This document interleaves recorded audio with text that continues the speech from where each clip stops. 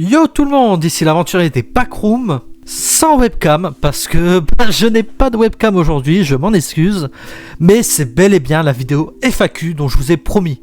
J'ai récolté quelques questions dont je vais répondre là, maintenant.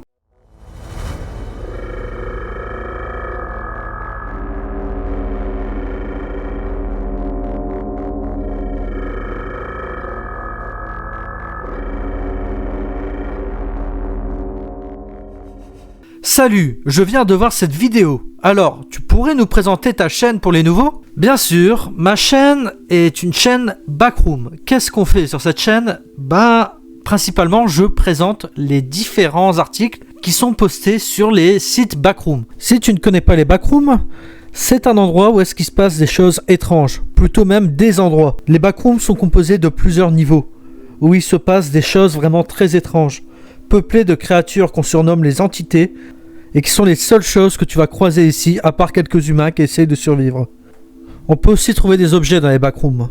L'objet le plus connu étant peut-être l'eau d'amande, qui a une faible valeur nutritive et qui permet aux vagabonds piégés dans les backrooms de survivre. Le tout étant principalement couvert par 3 sites. Le Fandom, Liminal Archive et le Wikidot. Le Wikidot est le plus connu de tous. Et c'est principalement ces articles-là que je vous présente. Bien que de temps en temps je vous fais découvrir d'autres lores parce qu'il y a des choses vraiment très intéressantes à découvrir dans les backrooms. Je fais également quelques contenus à côté, notamment je réagis à CanPixel et je donne mon avis sur son lore. Je fais également quelques vidéos found footage, ainsi que de la réaction à certains gros youtubeurs qui font des vidéos sur les backrooms. Bah oui, tout simplement pour donner mon avis en tant que youtubeur spécialisé dans ce domaine-là.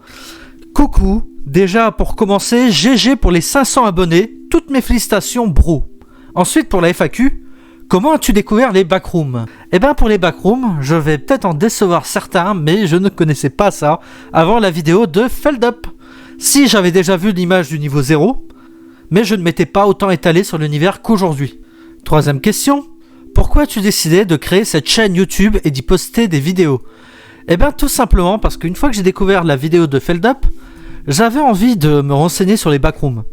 À l'heure actuelle, pour ceux qui ne s'en souviennent pas, il y avait 2 chaînes Backroom qui se battaient en duel. Backroom FR et Backroom Archive Français. Le problème, c'est que chacun postait extrêmement lentement à mon goût. Et que moi j'avais envie du contenu Backroom assez régulièrement. L'avantage, c'est que je sais parler anglais. Du moins, je m'en sors assez bien.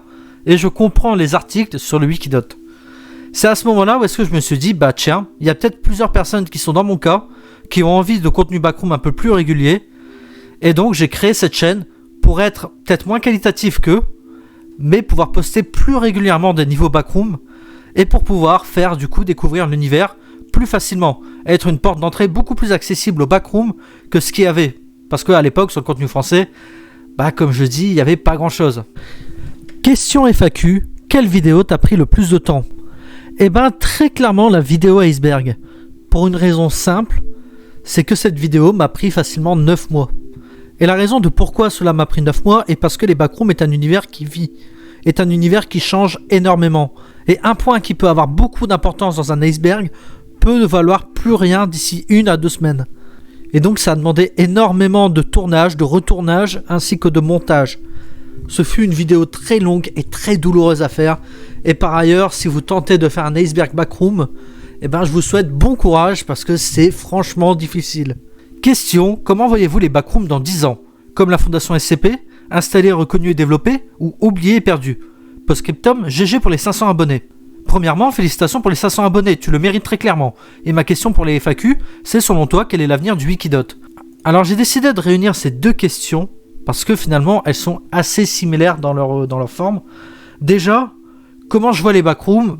Je vais vous avouer que à l'heure actuelle, pour tout ce qui est Wikidot, ça va être compliqué. Ça va être compliqué, on a extrêmement de réécriture, beaucoup d'auteurs qui sautent pour avoir fait des choses graves ou des choses qui sont pas très cool.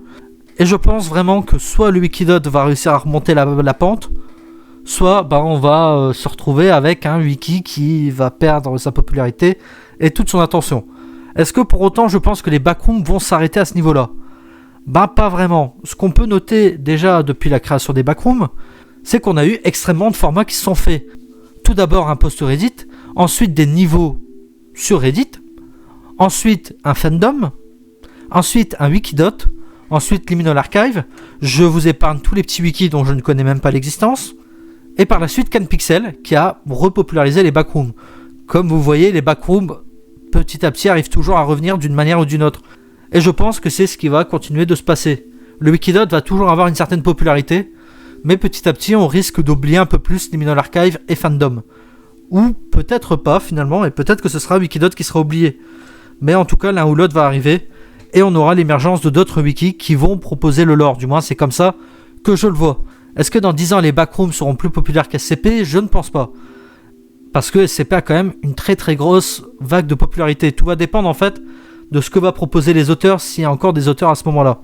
Je pense que l'émergence de jeux backroom va faire à peu près le même effet que SCP, mais qu'on va plus vite s'y souffler, et qu'au bout d'un moment, dans 10 ans, on va plus se souvenir de SCP que de nous. On aura d'autres formes, peut-être pas les backrooms, mais d'autres lieux bizarres, d'autres histoires de lieux étranges, qui vont prendre le relais selon moi, et qui vont, entre guillemets, être une évolution au backroom. Pour moi, les backrooms est un précurseur, mais n'est pas quelque chose qui va rester. Ça va être une référence en termes de lieux étranges, en fait. Mais oui, pour donc du coup répondre plus facilement à la question, oui, les backrooms vont survivre, vont grandir pendant quelques années encore, mais dans 10 ans, je ne pense pas qu'on va se souvenir de nous. Je suis désolé si c'est pessimiste, mais je pense que pour donner un petit éclaircissement, les personnes de SCP ne pensaient pas vivre 10 ans après. Je reviens d'entre les morts, je veux juste poser des questions pour les FAQ s'il y en a. Penses-tu rester sur le sujet des backrooms indéfiniment ? Penses-tu que la hype des backrooms va progresser ? Prévois-tu d'autres types ou sujets de vidéos ? Eh ben oui, je pense que la hype des backrooms va encore évoluer. On a eu pas mal de petites choses qui ont remonté la hype, notamment le niveau Run for Your Life, également le niveau Pool Room, qui en fait sont des manières un peu détournées de montrer des environnements creepy et cool, et on va rester dans cette mouvance-là de niveau creepy et cool, qui vont faire grimper ou non l'intérêt des gens, et je pense qu'on aura d'autres niveaux hype à l'avenir. Après, comme je l'ai dit, tout va dépendre des auteurs, en fait, finalement, parce qu'on est assez tributaire de ce que va nous donner la communauté. Et si la communauté ne nous propose pas grand-chose, bien sûr que les backrooms ne vont plus devenir grand-chose. Et c'est ça qui est beau et à la fois terrifiant avec les backrooms, c'est qu'on ne sait pas vraiment comment ça va évoluer. Du coup, oui, je ne pense pas rester indéfiniment sur la hype des backrooms ou sur le sujet des backrooms. Je pense que si un jour ça s'essouffle, je resterai dans le domaine de l'horreur ou de d'autres univers un peu étranges comme celui des backrooms. Tout comme j'ai pu faire pour le Floor 74. En soi, c'est pas quelque chose de très intéressant, mais c'est quand même une vidéo qui a intéressé pas mal de monde d'après ce que je vois. 275 vues, ça reste un univers qui est assez proche des backrooms, même si ce n'est pas les backrooms et que c'est une creepypasta pas très ouf, ça pourrait être le genre de choses qui pourrait se démocratiser dans le futur si jamais les backrooms perdent en popularité. Prévois-tu d'autres sujets ou de types de vidéos à l'avenir ? Pour le moment, pas spécialement, du moins pas sur cette chaîne. Je vais sans doute faire des tests sur ma chaîne secondaire, mais cette chaîne-là, j'ai un rythme qui fonctionne déjà assez bien, et risquer de nouveaux formats, et aussi risquer de faire plonger ma chaîne. C'est d'ailleurs pour ça que j'ai une chaîne secondaire pour tester des choses.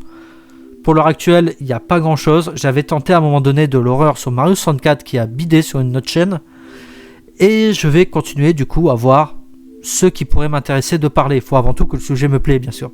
Est-ce qu'il est possible de faire des fonds de footage backroom sur Android ? Je suis désolé pour toi du coup, mais je ne pense pas, parce que les fonds de footage, c'est des vidéos faites sur ordinateur, faites sur un logiciel 3D, où en fait c'est un peu comme une cinématique de jeu vidéo, en fin de compte, les fonds de footage, qui arrivent à être très réalistes, à tel point qu'on peut croire que c'est réel, bien que c'est pas réel, hein, les fonds de footage, je le dis au cas où s'il y en a quelques-uns qui croient que quelqu'un tombe vraiment dans les backrooms pour les faire, non, c'est comme des cinématiques de jeux vidéo. Donc du coup, faut les faire sur un ordinateur selon moi. Après, rien ne t'empêche d'aller dans un lieu clos, de filmer un lieu vide, qui est un peu liminal, et de prétendre être dans les backrooms. Par contre, ce genre de vidéo est très casse-gueule, parce qu'il suffit que tu filmes par la fenêtre, on voit des gens, puis on n'y croit plus. Question pour les FAQ, comptes-tu t'étaler plus sur le contenu français et de ceux de d'autres langues, excepté l'anglais bien évidemment ? Eh bien sûr, je vais parler de plus de niveau français parce que je suis un membre de la branche FR et j'apprécie les personnes de la branche FR. Et bien sûr que je compte aussi parler de d'autres branches. Ils ont des niveaux traduits en anglais et donc du coup je vais devoir les traduire en français pour vous les présenter. Mais c'est quelque chose que je pourrais faire. Mais par contre les niveaux qui ne sont pas traduits en français de ces branches-là, malheureusement ça va être très compliqué. Dans un premier temps, il faudrait que je trouve des personnes qui sont spécialisées dans la langue pour pouvoir m'aider. Mais comme j'ai dit, il y en a quelques-uns qui ont été traduits en anglais. Et ceux-là, je peux vous les présenter. Et je vais même vous les présenter dans le futur. Je n'ai pas encore eu l'occasion de le faire. Mais c'est en projet. Niveau entité et youtubeur backroom préféré. Alors, ça c'est un petit peu compliqué. En soi, pour le niveau, j'aime beaucoup quand même le niveau 188 qui est un peu décédé en ce moment, désolé. Mais j'aimais beaucoup l'esthétique de ce niveau qui est très liminal et qui moi me parle personnellement.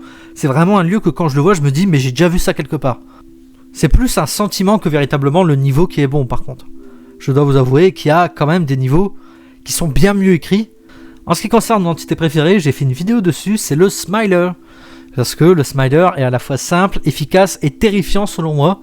Et c'est une entité qui, je trouve, correspond bien à cet aspect bizarroïde des backrooms, de sorte de sourire qui perce les ténèbres, de monstres dont on a du mal à discerner la forme. J'aime beaucoup et je trouve que ça fait très backroom. Mon youtubeur préféré, j'aimerais j'aimerais du coup... c'est dur. En soi, je regarde beaucoup Broglie chez les Anglais. Mais je pense que tu t'intéresserais beaucoup plus chez les francophones. Et chez les francophones, je sais que c'est un concurrent et je sais que ça va pas plaire à certains. Mais j'aime beaucoup Backroom FR en fait. En soi, la chaîne de Backroom FR est très qualitative. Du moins, je trouve que leurs vidéos sont toujours très cool à écouter. Mais je vous conseille quand même Backroom Archive Français qui reste mon collègue. Et également ta chaîne à Explorateur d'univers, SCP, Backroom, etc. qui a quelques vidéos que j'ai regardées et que j'ai pas mal appréciées. Sur ce, je pense avoir terminé cette FAQ. Dites-moi ce que vous en avez pensé. Si vous avez d'autres questions pour une prochaine FAQ, n'hésitez pas. Et je vous souhaite à tous une bonne journée. Bye!